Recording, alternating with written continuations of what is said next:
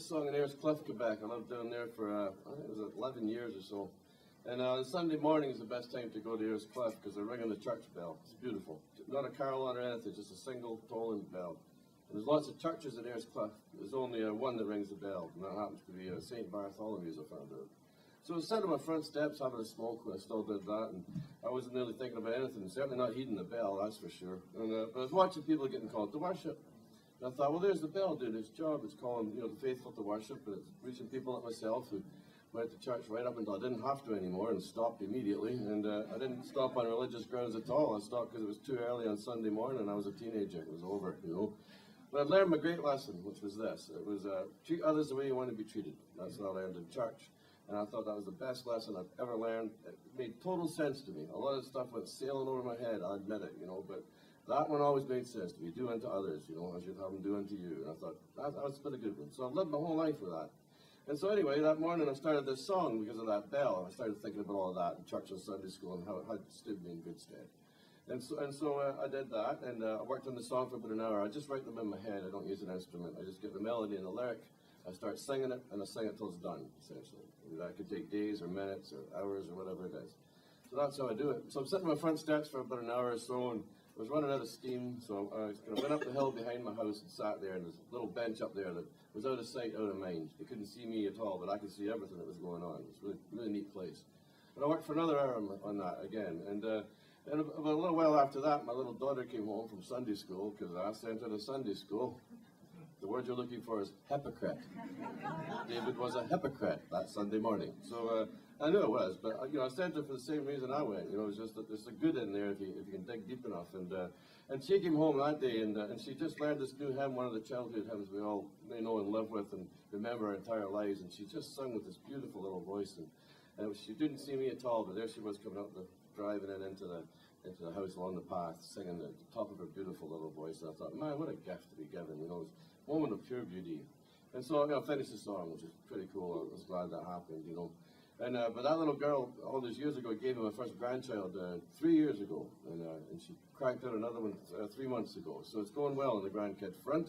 But she, you know, he's nothing special. I noticed that when people become grandparents, they get very, very you know, attached to their grandkids, and I thought, I'm not going to do that. I'm not going to brag about them, no way. So I do have a grandson. It's true. He's 3 years old. He's a cross between Gandhi and Einstein. That's all he is. He's nothing special. So this song is called "Saints and Sinners." I've had great fortune having covered over here. I think started with Chris Drever and Green Paul brought it back. It's been covered many times. It's a beautiful version over here. I love it to death. I wept when I first heard them. They've slowed it right down to a hymn for agnostics, is what it is. And but this is the way I wrote it when it came out.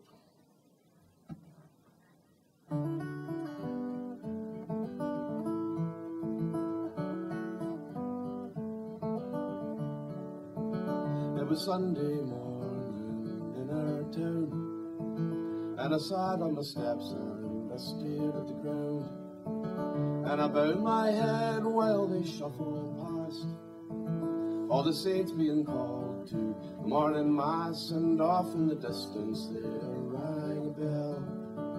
Way off in the distance there rang a bell, and it rang for the saints and the sinners as well. Way off in the distance there rang a bell.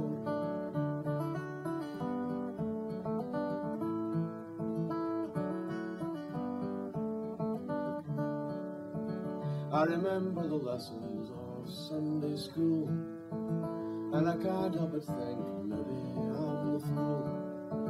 But I see no sign of a greater plan, just the joy and the sorrow of my fellow man. And off in the distance there rang a bell. Way off in the distance there rang a bell, and it rang for the saints and the sinners as well. Way off in the distance there rang a bell.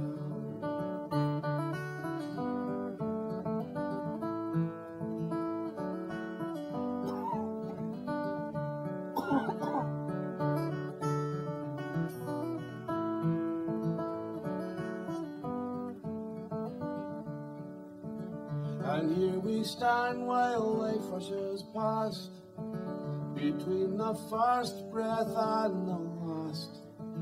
And here we stand between east and west, and here we stand between birth and death. I was watching the news the other night. There was a war on the left, there was a war on the right. And it's no surprise that I saw them. It's a long way from heaven to Bethlehem, and off in the distance there rang a bell. Way off in the distance there rang a bell.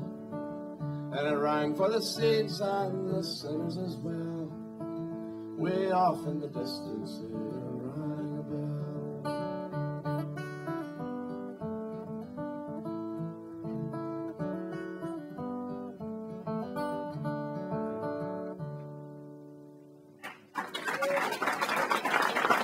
Thanks very much.